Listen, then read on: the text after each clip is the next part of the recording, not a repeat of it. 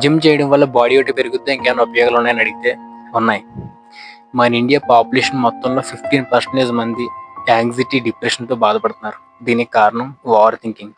Reason ఏదైనా అవనివ్వండి, మనం ఎక్కువ దేనికోసం ఆలోచిస్తుంటే ఆ బాధ ఇంకా ఎక్కువైపోద్ది. మనకి ఆ డిప్రెషన్లోకి వెళ్ళిపోతాం, యాంగ్జైటీలోకి వెళ్ళిపోతాం తప్ప దాని నుంచి బయటికి రాలేము.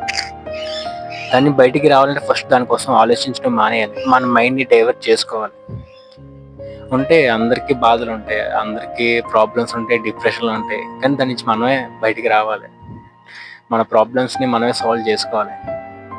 జిమ్ చేస్తే మన బ్రెయిన్ మన కంట్రోల్లో తీసుకోవచ్చు. ఓవర్ థింకింగ్ నుంచి బయటికి రావచ్చు. మెంటల్గానే స్ట్రాంగ్ అవ్వచ్చు, ఫిజికల్గానే స్ట్రాంగ్ అవ్వచ్చు. ఇది మన లైఫ్ మనమే స్ట్రాంగ్ చేసుకోవాలి.